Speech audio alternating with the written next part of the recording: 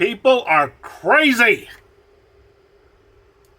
Harassing me. I'm just trying I'm going to call the police. You have your purse What on are you top of your car. talking about? No.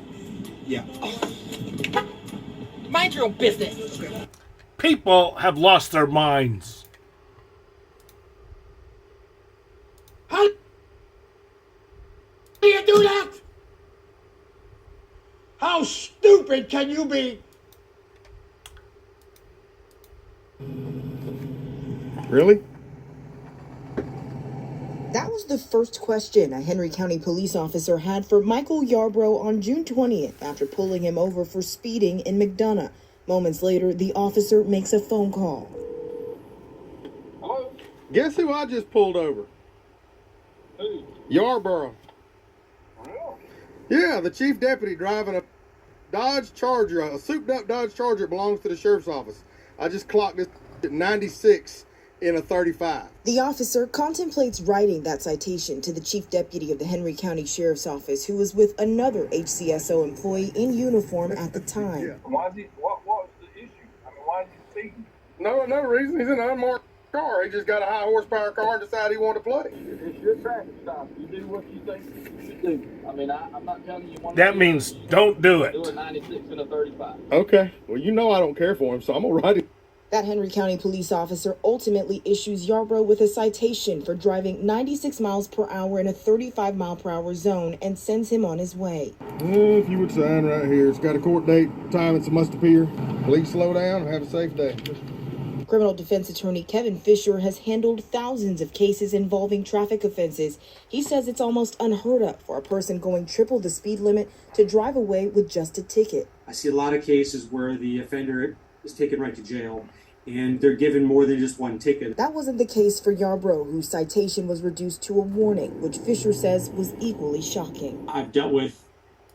The Henry County PD is extremely corrupt. Except Yarborough, I don't actually have a problem with him. I kind of like him myself. But you do have a lot of dirty cops. Now, here's one thing.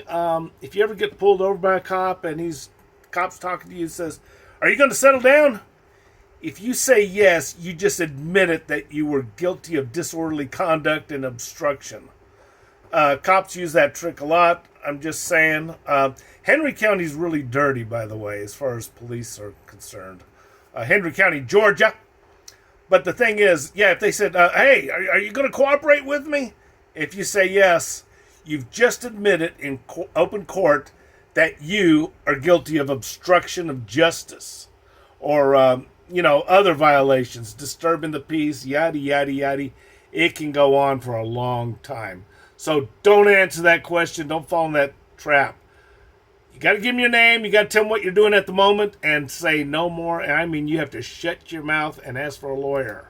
6 tonight, a former Rockdale County deputy is in jail tonight after the GBI says he made a lot of money off guns he stole from the evidence room. Agents tell us this has been going on for a long time. They told Dan Lang was supposed to be destroying firearms, but instead pawned them for cash. And investigators say he made about $40,000. And the place to get those stolen guns would be at a pawn shop.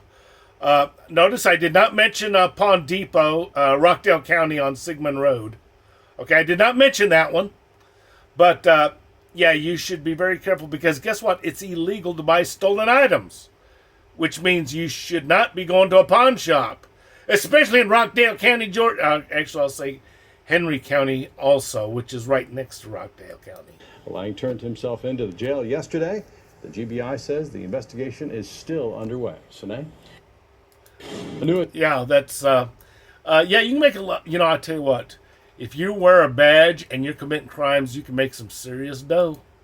Which shows an officer pursuing an off-duty Rockdale County Sheriff's deputy at speeds of more than 100 miles an hour.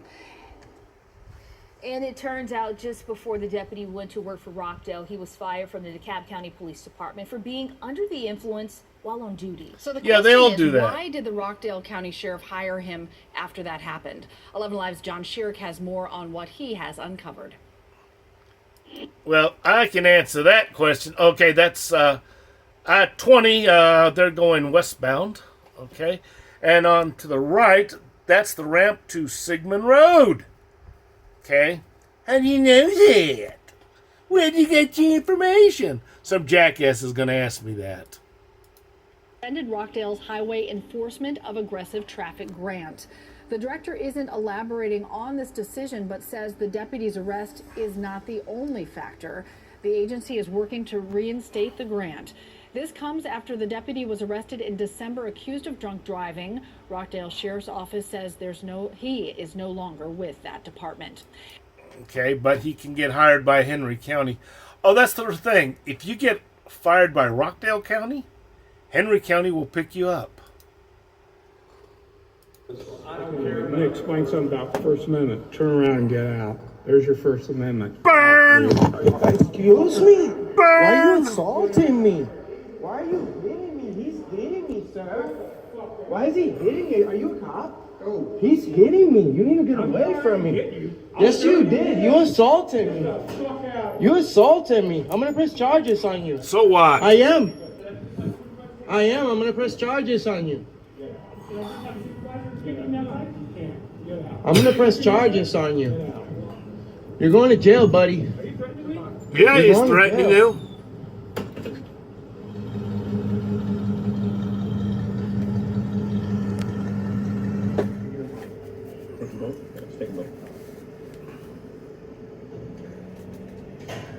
Okay, so here's the question.